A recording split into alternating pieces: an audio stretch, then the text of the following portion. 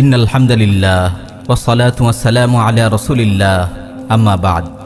জাতির জীবনে কখনো এমন সময় আসে যখন মুমিন ও কাফিরের সীমারেখা স্পষ্টভাবে ফুটে ওঠে, খুলে যায় মুমিনরূপী মুশরিকদের মুখোশ।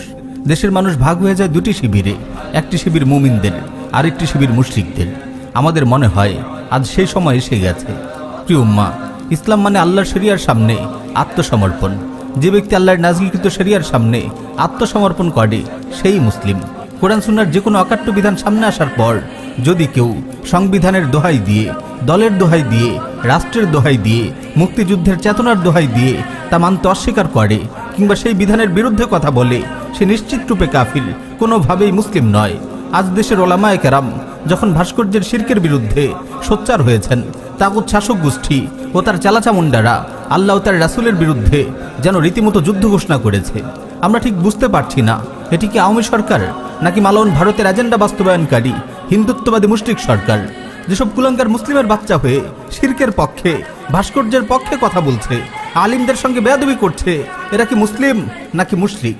এটা কি রাসূল সাল্লাল্লাহু আলাইহি ওয়াসাল্লামের অনুসারী নাকি কোরআন বাদ দিয়ে দেশের উপর কুফরি সংবিধান চাপিয়ে দেয়া কুলাঙ্গার শেখ মুজিবের অনুসারী? এরা মূর্তি বিনাশকারী, জাতির পিতা সাইয়্যিদুনা ইব্রাহিম আলাইহিস সালাতু ওয়াস সালামের সন্তান, নাকি সুদী অর্থ ব্যবস্থা প্রতিষ্ঠা করে আল্লাহ ও তার রাসূলের বিরুদ্ধে যুদ্ধ ঘোষণাকারী ফাসিক শেখ মুজিবের সন্তান?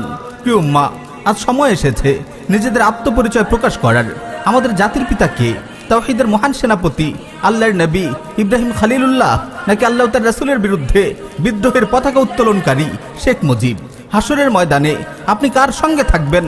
তাওহীদি চেতনার প্রাণ পুরুষ আল্লাহর নবী সাইয়্যিদুনা ইব্রাহিমের সাথে, নাকি গণতন্ত্র, সমাজতন্ত্র, জাতীয়তাবাদ ও ধর্মনিরপেক্ষতার মতো বড় বড় কুফরের খলনায়ক শেখ মুজিবের সাথে? আপনাদের সামনে এই দুটি অপশন আছে। হয় আপনি তাওহীদের শিবিরে থাকবেন এবং ভাস্কর্যের শিরকের বিরুদ্ধে আওয়াজ তুলবেন, নতুবা আপনি শিরকের শিবিরে থাকবেন এবং ভাস্কর্যের শিরক প্রতিষ্ঠার কথা বলবেন। হয় আপনি মুমিন, নয় আপনি মুশরিক।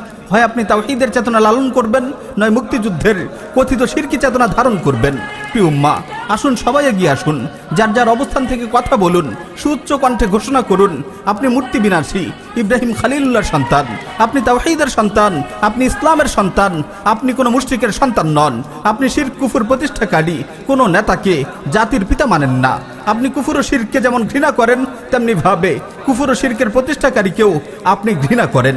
সবাইকে আপনি জানিয়ে দিন, ইসলামের জন্য আপনি আপনার দলকে লাথি মারতে পারেন। তাওহীদি চেতনার জন্য আপনি মুক্তিযুদ্ধের বস্তা পচা চেতনাকে ডাস্টবিনে ছুঁড়ে ফেলতে পারেন। ঈমান বাঁচানোর জন্য আপনি তাগুতি সংবিধানকে টয়লেটে নিক্ষেপ করতে পারেন। ঈমান সবার আগে, ইসলাম সবার আগে, তাওহীদ সবার আগে, কোরআন সবার উপরে, রাসূলুল্লাহর সুন্নাহ সবার উপরে, ইসলামী শরিয়া সবার উপরে। এটি একজন মুমিনের চেতনা, এটি একজন মুমিনের চেতনা।